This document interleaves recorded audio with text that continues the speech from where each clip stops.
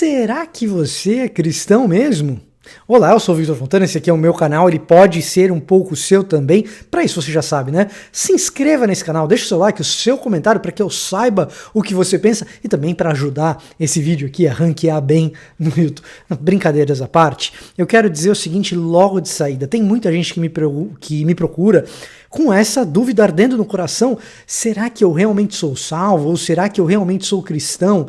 Porque eu peco, porque eu caio, porque eu tenho dificuldades em seguir a Jesus Cristo. E eu quero te tranquilizar logo de cara, logo no começo. Se você confessa Jesus Cristo como seu Salvador e único Senhor, sim, você é salvo. Sim, você foi chamado para o povo de Deus. Sim, você está entre os eleitos de Deus. O que acontece é que no meio dessa caminhada, eu e você podemos perder de vista algumas das principais coisas que Jesus deixou para nós como orientação. No meio dessa caminhada, às vezes a gente se perde no nosso jeito de pensar, planejar, falar e agir. E até parece que, embora a gente confesse a Jesus como nosso Senhor, nosso Salvador, a nossa vida prática pareça mostrar outra coisa. Às vezes, sem mesmo que a gente perceba, algumas maneiras de pensar contaminam a nossa cabeça e colocam no nosso rosto um tipo de óculos para enxergar a realidade que não é a maneira como Deus gostaria que nós enxergássemos a realidade. Por exemplo, os óculos do consumismo, do egoísmo, tão frequentes nos nossos dias, nos levam a agir contra o que há de essencial nos ensinamentos de Jesus. E fica parecendo que, embora a gente tenha um dia confessado o senhorio de Cristo, que a gente não se comporte como discípulos dele. Não sei se isso já aconteceu com você. Me entristece ver que no momento atual da igreja, uma parte da liderança se comporte como se não fosse discipulada por Cristo Jesus. Uma parte significativa da liderança, inclusive pastoral, parece não ser cristã de verdade. E eu quero deixar aqui alguns elementos básicos do que é ser realmente cristão. Claro, confessar com a boca o senhorio de Cristo, evidente que isso faz parte, é parte integrante e fundamental do que é ser cristão. Agora, fazer isso e não levar em conta aquilo que Jesus disse que era o mais importante como mandamento: ama o Senhor teu Deus com toda a sua força, todo o seu entendimento, parafraseando ali Shema Israel, Deuteronômio capítulo 6, e ama o teu próximo como a ti mesmo, parafraseando Levítico. Isso está na centralidade do que é ser cristão. O verdadeiro cristão deixa de lado os interesses dele e vai atrás do interesse dos outros. Isso está, por exemplo, em 1 Coríntios 10, capítulo 24, quando Paulo diz aos irmãos ali, nossos da igreja de Corinto: não busquem o próprio proveito de vocês, mas antes o de outrem, ou o dos outros, depende aí da sua tradução. E aí, por exemplo, abrir igreja nesse momento em que a gente vive atende aos interesses de quem? Será que a gente está pensando no nosso jeito de adorar, no nosso conforto litúrgico, muito em nós mesmos, e deixando de pensar nos malefícios que essas aglomerações e reuniões podem trazer para as comunidades nas quais essas igrejas estão inseridas? Em vez de servirmos a cidade, nós colocamos a cidade em risco. Olha que problema que a gente está vivendo. Estamos esquecendo o que é ser cristão de verdade. Agora, não é só isso que constitui base do cristianismo. Também constitui base do cristianismo a adoração a Deus em espírito e em verdade. João capítulo 4.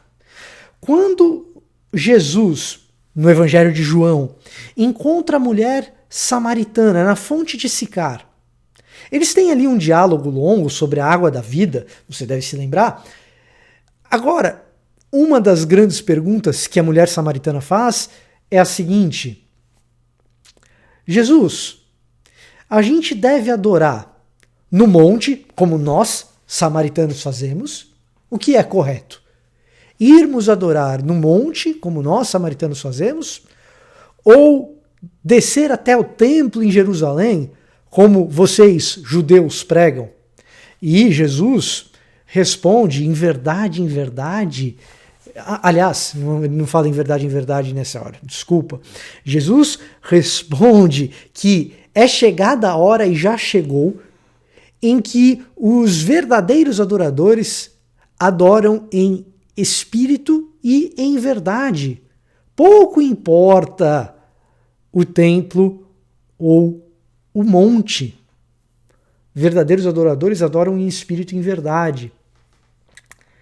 Será mesmo que em todas as circunstâncias precisamos das aglomerações? A quem isso interessa? Será que a gente está lendo a Bíblia ouvindo Jesus?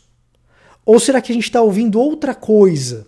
Será que a minha espiritualidade depende da reunião do domingo? Será que a gente conhece o que Jesus está falando? Porque somos cristãos de verdade e somos discípulos de Jesus. E Jesus está dizendo que importa que adoremos em espírito e em verdade.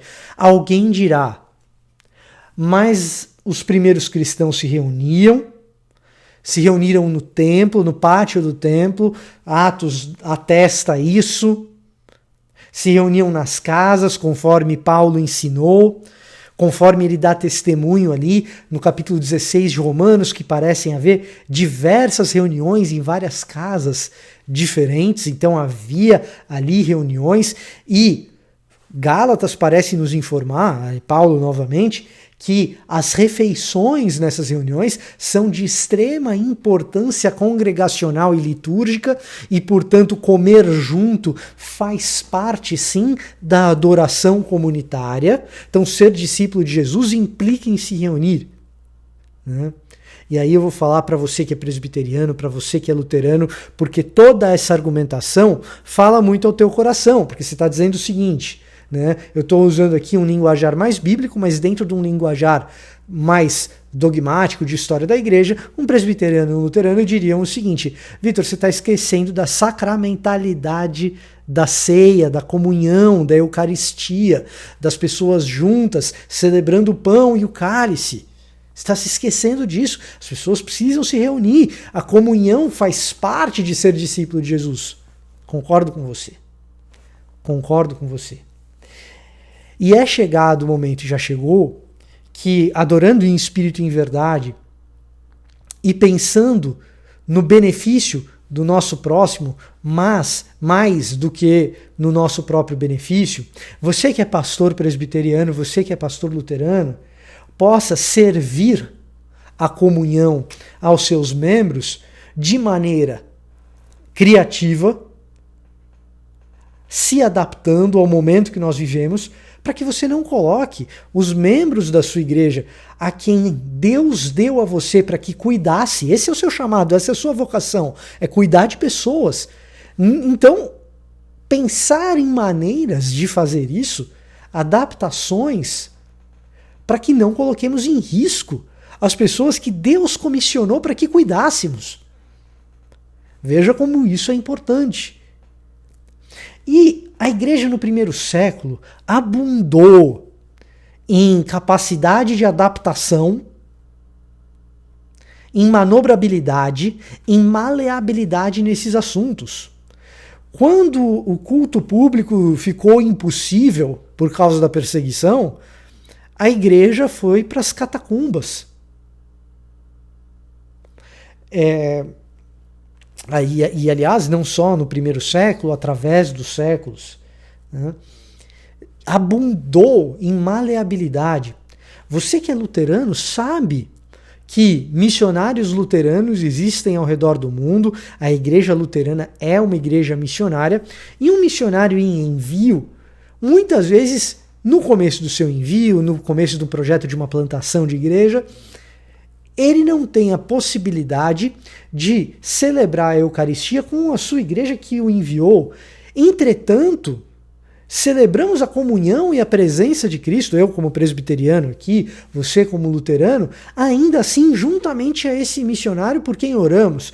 Esse é o momento em que você, pastor presbiteriano, você, pastor luterano, deve organizar a sua comunidade para que celebre a comunhão, ainda que impedidos de estar juntos fisicamente.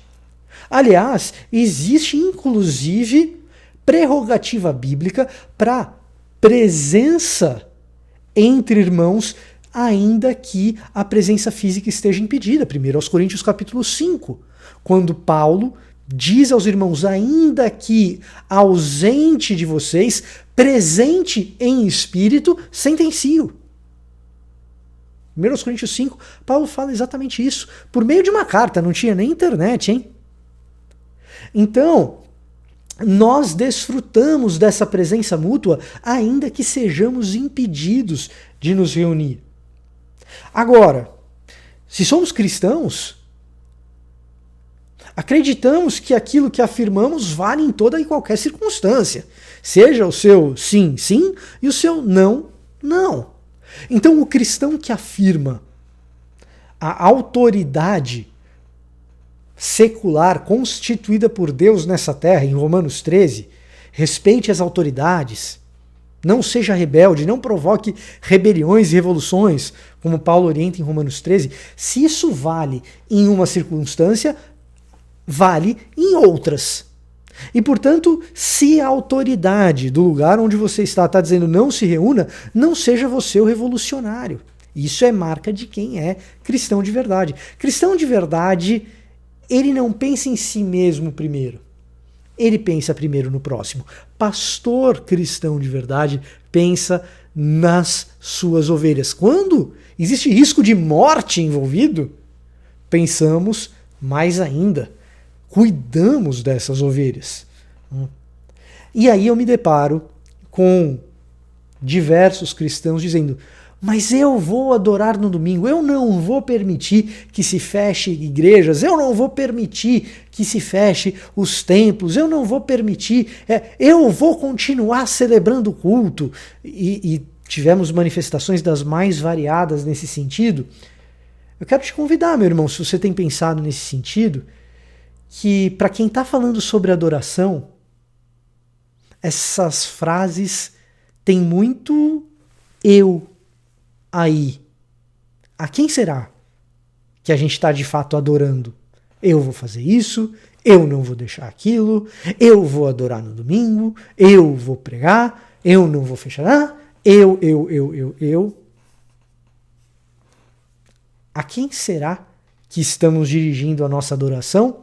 E quem será que tem conduzido de fato as nossas decisões e o nosso jeito de pensar? Pensa bem. Em momentos de crise a gente descobre quem é cristão de verdade. Em momentos de crise a gente vê quem ama o próximo. Aliás, Jesus disse isso, pelos frutos os conhecereis. Agora ele disse mais que isso, ele foi mais específico. Nisso conhecerão os meus discípulos, que se amem uns aos outros. Nisso os meus discípulos serão conhecidos, no seu amor mútuo uns pelos outros. E na oração sacerdotal, João capítulo 17, Jesus, quando ora a Deus, ele diz que o nosso amor mútuo, a nossa unidade, fará com que o mundo perceba esse amor que a gente tem entre a gente, que a gente coloca o outro na frente, o próximo na frente, fará com que o mundo perceba quem Jesus foi, e ao conhecer Jesus, conhecerão o Pai. Isso faz parte da oração sacerdotal de Jesus no capítulo 17 do Evangelho de João. Isso constitui ser conhecido como cristão. No nosso amor mútuo, na nossa dedicação pelas nossas crianças, pelos nossos anciãos. Quem é o verdadeiro cristão? Tiago nos diz: a verdadeira religião é essa: cuidar do órfão e da viúva. Nós estamos diante de uma situação que quem mais sofre é o ancião. São os nossos velhinhos. Os nossos viúvos, as nossas viúvas. O verdadeiro cristianismo hoje é cuidar dessas pessoas. A verdadeira adoração que agrada a Deus é cuidar dessas pessoas. Esse é o cristianismo bíblico, esse é o cristianismo de Jesus.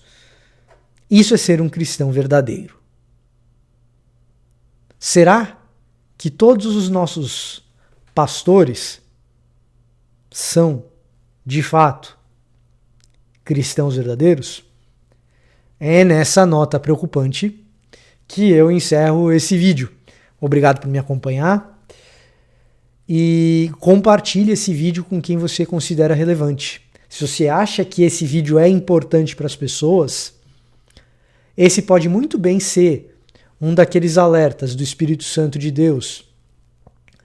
Quando nós que somos verdadeiros cristãos começamos a nos desviar e andar para outros lados, e o Espírito vem e nos incomoda e diz: volta para cá, você está indo para o lugar errado. Tá bom? Esse era o meu recado para hoje. Eu vou ficando por aqui e até a próxima.